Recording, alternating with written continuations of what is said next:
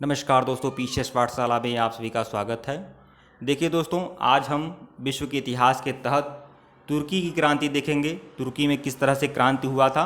तुर्की की क्रांति के तहत जो भी प्रश्न महत्वपूर्ण है वह सभी प्रश्न इस वीडियो में क्लियर आपके होंगे और यह जो भी प्रश्न है रहेगा वह बहुत ही महत्वपूर्ण रहेगा।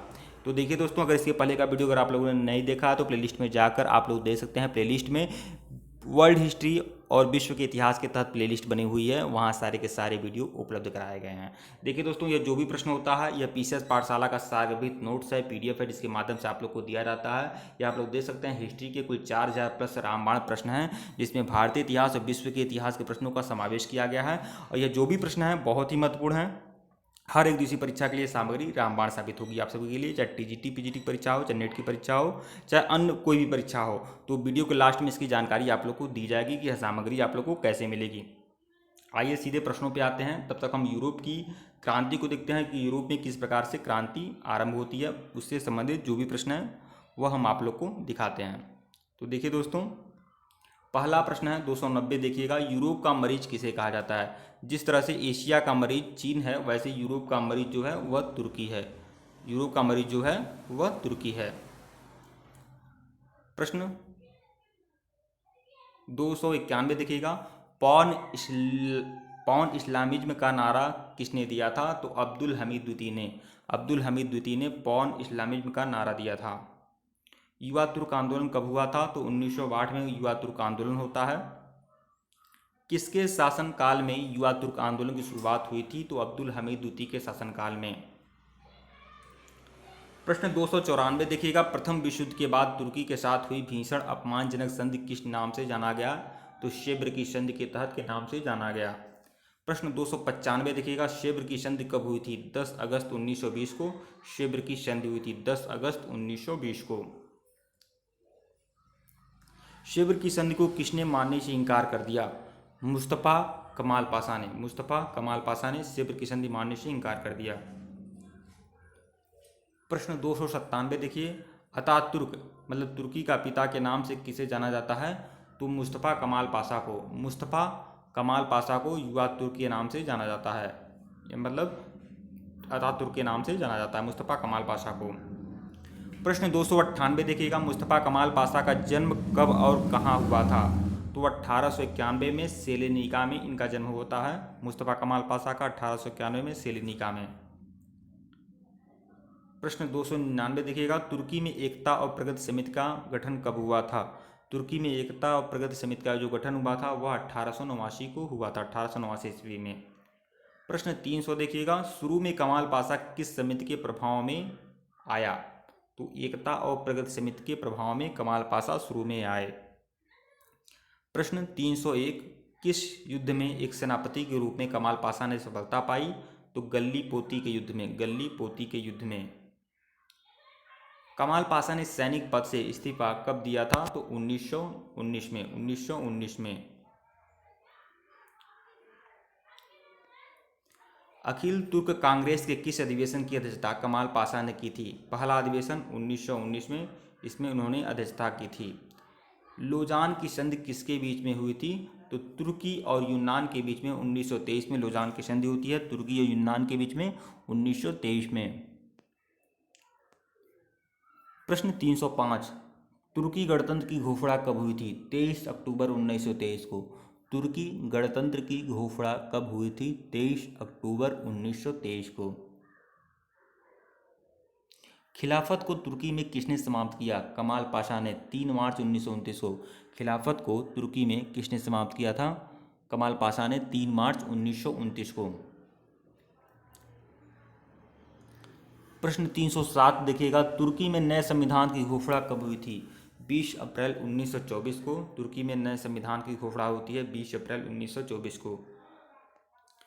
तुर्की के नए गणतंत्र का राष्ट्रपति कौन चुना गया। मुस्तफ़ा कमाल पाशा। मुस्तफ़ा कमाल पाशा। प्रश्न 309 देखिएगा, रिपब्लिकन पार्टी का संस्थापक कौन था। रिपब्लिकन पार्टी का संस्थापक था मुस्तफ़ा कमाल पाशा ही रिपब्लिकन पार्टी के संस्थापक थे। प्रश्न 310, तुर्की भाषा परिषद की स्थापना कब हुई थी। तुर्की भाषा परिषद की स्थापना 1932 में होती है। प्रश्न 311 देखिएगा, तुर्की में प्रथम पंचवर्षीय योजना कब लागू की गई थी? 1933 में। 1933 में। प्रश्न 312 देखिएगा, तुर्की को धर्मनिरपेक्ष राज्य कब घोषित किया गया था? 1924 ईस्वी में। प्रश्न 313 देखिएगा, तुर्की में कौन सा कैलेंडर प्रचलित हुआ था? Gregorian calendar. ग्रिगोरियन कैलेंडर बोलते हैं इसको, यह प्रचलित हुआ था। प्रश्न 314 देखिए, ग्रिगोरियन कैलेंडर कब प्रचलन में आया था? 26 जनवरी 1925 में। देखिए दोस्तों, जितना भी प्रश्न बताया जा रहा है वह सभी प्रश्न अपने आप में महत्वपूर्ण है, इसलिए नज़रअंदाज बिल्कुल मत करें, परीक्षा होने तक इसे फॉलो करिए। और यह जो भी प्रश्न है बहुत ही महत्वपूर्ण है। इसके पहले का वीडियो अगर आप लोगों ने नहीं देखा है तो प्लेलिस्ट में जाकर वर्ल्ड हिस्ट्री प्लेलिस्ट को खोलकर सारे वीडियो को देख सकते हैं। यह अपने आप में बहुत ही महत्वपूर्ण सामग्री आप लोग को दी जा रही है। प्रश्न 316 देखिएगा,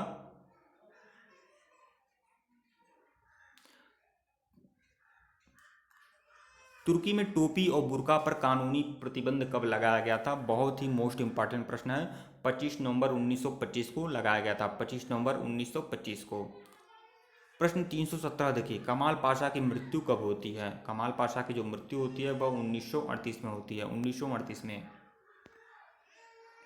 तो देखिए दोस्तों, यह जो भी प्रश्न थे यह तुर्की की क्रांति संबंधी प्रश्न थे और यह सभी प्रश्न कंप्लीट हो गए हैं। इसके पहले का वीडियो अगर आप लोग नहीं देखा है प्लेलिस्ट में जाकर देख सकते हैं। और यह प्रश्न अपने आप में बहुत ही महत्वपूर्ण है।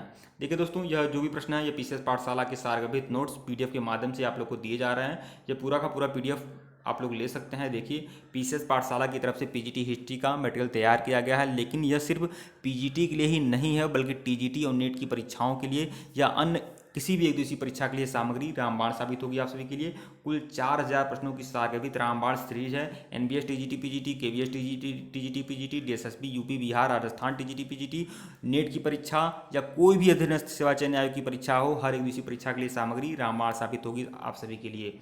यह यूपीएससी की कुल 3 प्रतिष्ठित पुस्तकों का सारगर्भित समग्र अवलोकन करके तैयार किया गया है। कुल 570 पेज का यह पूरा का पूरा रामबाण पीडीएफ है। आप लोग देख सकते हैं 570 पेज का यह पूरा का पूरा रामबाण पीडीएफ है। तो यह सामग्री आप लोग ले सकते हैं, यह सामग्री आप लोग को मिल सकती है। आपको हमारे ऑफिशियल व्हाट्सएप नंबर पर संपर्क करना होगा। जैसे ही आप हमारे ऑफिशियल व्हाट्सएप नंबर पर आएंगे यह मटेरियल आप लोग को प्रोवाइड करा दिया जाएगा। तो हमारा ऑफिशियल व्हाट्सएप नंबर आपके डिस्क्रिप्शन में है, डिस्क्रिप्शन में भी है। और मैं बता भी दे रहा हूं कि हमारा ऑफिशियल व्हाट्सएप नंबर क्या है जहां पर आप लोग संपर्क कर सकें। तो देखिए कितना लंबा चौड़ा पीडीएफ है, कुल 570 पेज का यह पूरा का पूरा पीडीएफ है दोस्तों।